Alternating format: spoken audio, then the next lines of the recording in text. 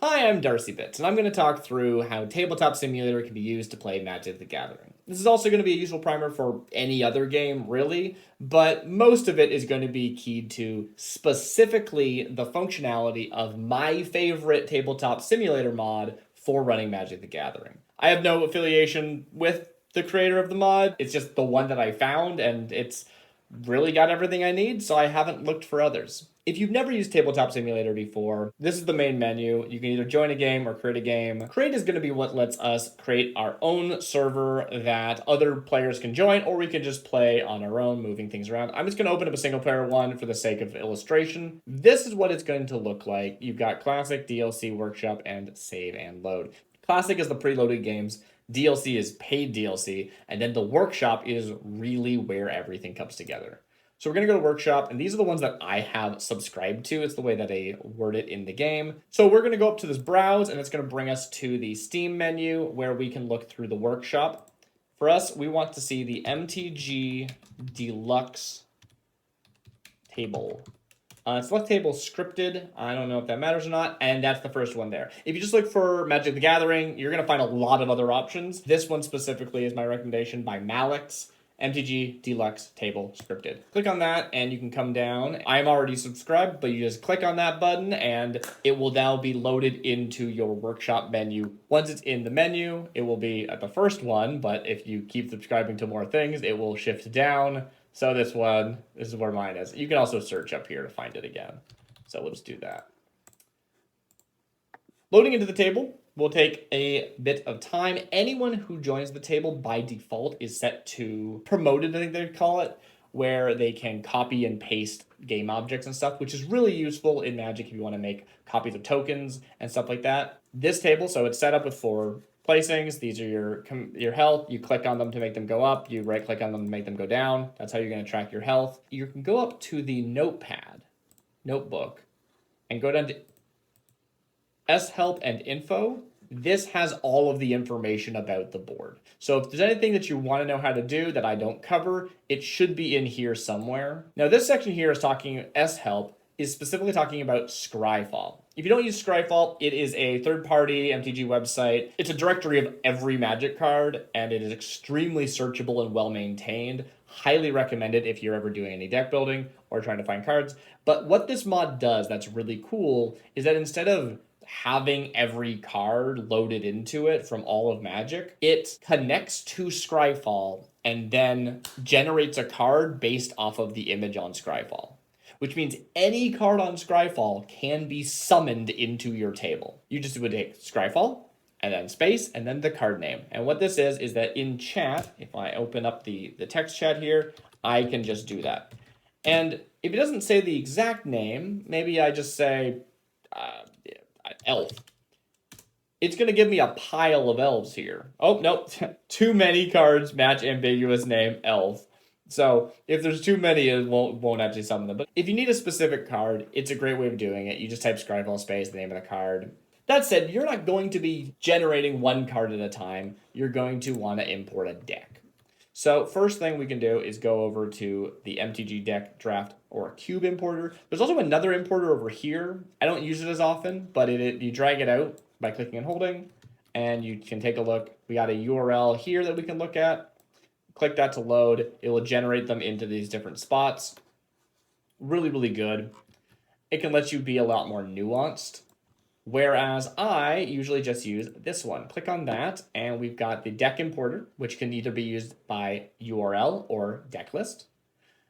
But there's also the draft and cube mode, where you can connect to a cube site and have it generate not just all the cards in the cube, but it will generate packs for all the players. So depending on who has sat down, these 2 modes, the cube and the draft, will allow us to actually generate the draft packs. It is the best way of playing proxy draft that I know. I really adore this specific feature. And it generally is live. The most recent set right now would be Foundations. And if I type in FDN, you have to know the set code. If you don't know the set code, you can go to Scryfall or to the MTG Wiki, and you can find that pretty easily. And I hit submit, and it will build me 3 packs like this. Here they are. And then I can just draft those as I need. Again, if someone was sitting in one of the other seats, it's dynamic. It will generate ones for them as well, based on the actual player count of who has joined the game. Actually playing the game, this is where you're going to put your library, and this is where you're going to put your graveyard. This whole zone is called graveyard/library, and a lot of people will put their libraries here. And these buttons at the side allow you to draw cards, and they will fail to do anything, and people will be confused. This is the library. That is the graveyard. If I hit draw, I draw. If I hit mill, I will mill. I love the untap button for the start of your turn. Usually I'll just draw by hitting 1. And I do like the scry button. The scry button is fantastic. Puts them into this zone. This is hidden. No other players can see this zone. You can see if I drag this over here, this is someone else's scry zone. So I can't see it. And then it will generate with these symbols. Move to the top, move to the bottom, or move to the graveyard. So you can also use it for surveilling. The thing I don't like is the mill a lot of the time. Mill is fine, but I like to do it one card at a time. Otherwise you end up saying, oh, mill 5. And the deck goes, did you catch that? Did you see what I milled? And then you got to go through your discard. You got to see, it's important to know what cards got milled usually. So that's important. There's also this Fandit reveal. I don't use this one too often, but it's great if you have a card that says like reveal the top 3 cards of your deck. It'll go, brr, and there they are. And it'll tell everyone what they are. It's really, really clean, really, really simple. From there, you're going to have to actually drag them around and, use the tabletop sim virtual tabletop like it's intended, but still. And then there's the mulligan button. This one is a bit weird in that if you click on it, you will have a mulligan. Very good. But if you're playing Commander, you are not going to use this life total. You're going to use this life total. They're hidden in this secret bag here. But also, what's this one? This one lets you do it if you're doing partner commanders. Great. So you're going to use this. For some reason, it's default at 2. I don't know why the tax is default at 2. You're going to need to set that back down to 0. Then you've got 40 health. You have a spot to keep track of your energy or whatever that top one is. Level? Experience counters. That's what it is. And infection, if you need that, or poison counters. And you also have your commander damage. Now, technically, the way this is set up is that you are tracking how much damage you have done with your commander to those colors. But every time I've ever played it, people are tracking how much damage they have taken from those colors. Whatever. The reason I say it like that technically is because you track partners separately. So each partner has their own set of commander damage. There we go. The reason that I bring up the command zone is because if I have my commander in play and I try and mulligan, the game will detect that I have cards in play and will not mulligan. So instead, you have to double click. That's all. Other than that, most of this is just going to be using Tabletop Sim as normal. If you're not super aware of Tabletop Sim, that's another question. Pick things up, drag things around. If you want to draw a card, you can use the number keys. Don't use the numpad. Only the ones at the top of your keyboard will work. And if you want to, you just drag things out of your hand. If you want to get a closer look at a card, you're going to hold Alt. You can zoom to get closer. You can zoom to get closer if you're not looking at a card. And then you can look at the bottom of a card by holding Shift while holding Alt. That's the basics. That's what you need to know to generally play Tabletop Sim, which is not the point of this video. What is the point of the video is that this mod gives you a bunch of extra little goodies. So you can see down here, there's all these nice little counters, and that's lovely and all. But if I just take this card and I throw it into play, it automatically generates a whole bunch of hidden buttons. You can't see them right now, but they're there. This button brings us a whole menu. We can turn it into a manifest token. We can make it count as a token so that if we, just to label it, we could phase it out. I've never seen that button. That's funny. What's this do? Oh.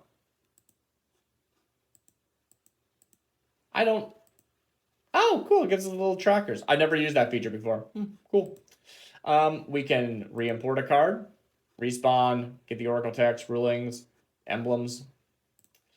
I think that will, emblems and tokens is the important one. You click on that, it will summon anything that this card has. Let me see if I can have an example. That one didn't have any emblems and tokens, so it isn't really helpful. But for something like this, emblems and tokens, it spawns whatever the card says it has. Landfall, create an elf, boom. The way this works is that all Scryfall pages have associated cards listed next to them. So this just pulls that entire list. You can also add your counters and your keywords to it. You can just add text if you need to say, oh, this is actually blue.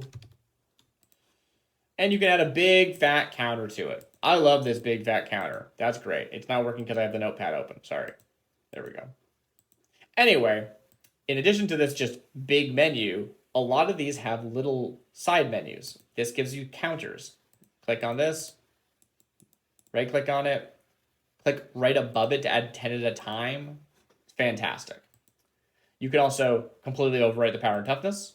You can add a loyalty value if this is a Planeswalker. For some reason, non-Planeswalker cards, it appears down here. I'm not sure why that is.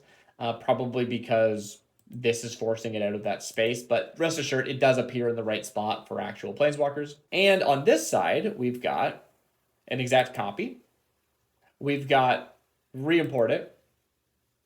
We've got emblems and tokens.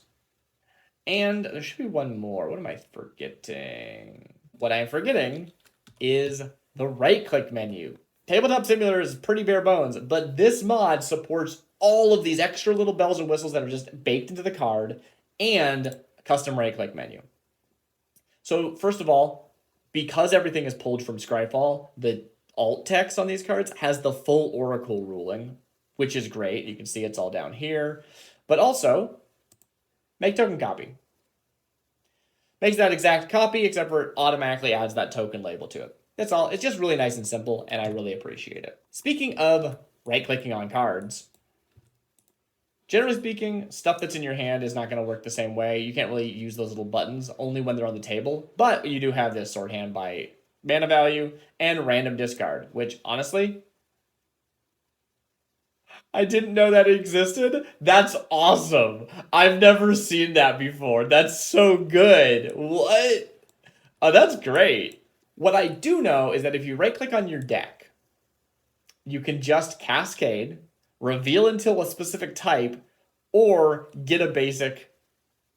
I guess it only shows you basics that are in the deck, because it's not showing me every basic land type. Maybe don't right-click on this. Maybe that's cheating, kind of. I don't know. Anyway, when you do that, it'll search your deck, pull out a basic, shuffle the deck immediately. It's so good. I just absolutely love this mod. It's really, really, really, really good. Normally, if you want to, you can right-click and click on search. This one here. Don't accidentally hit spread. That will just splay your entire deck everywhere. It's awful. I've done that mistake many times. Search. And this is how you'd actually go through your deck. If you weren't using that automatic pull situation, if you want to, if you're playing a tutor, this is how you're going to get that stuff. Hover over something, you're going to actually see it get full screen. You're not going to use the alt for this. I think you can, but like you just hover over, should be good enough. And that'll let you find anything that you need. You can pull that out. If you pull something out of a deck, it will enter face down. The game doesn't just reveal anything you pull out. Likewise, if you pull something into your hand, it will be face down. You're going to have to hover over it and hit F to flip it over. And that's basically everything, right? Like, I'm not playing a game right now. I'm just showing you that this exists. This is my favorite way of playing Magic the Gathering. Sorry, Wizards. I get that it's a bit of a barrier of entry if people don't have Tabletop Simulator. This is not free software. But if you do have Tabletop Simulator, this is my favorite way of playing Magic. This is my favorite mod. It's got so many little bells and whistles. There's dice over here for rolling who goes first. It shows up in chat whatever you rolled. So you don't even have to like hover over and hit that. No one can like cheat if they were gonna. I don't think they would, but if they were gonna, it's just so good. You got little like coins here if you need to flip a coin. It's great for just importing your decks and playing. It's great for Commander. It's great for drafting. It's great for Cube. It's really, really solid. If you're looking for a table, you're looking for a mod, and you don't want to just play a table where you've imported cards into, this is the one. This is the one. I don't have like a bigger, grander point about this. It's just really good, and I wanted you all to know. I've probably talked too long. It's weird. I always feel like I need to say more, but I'm sure you'd rather I say less. This is the mod. It's good. MTG Deluxe Table Scripted by Malix.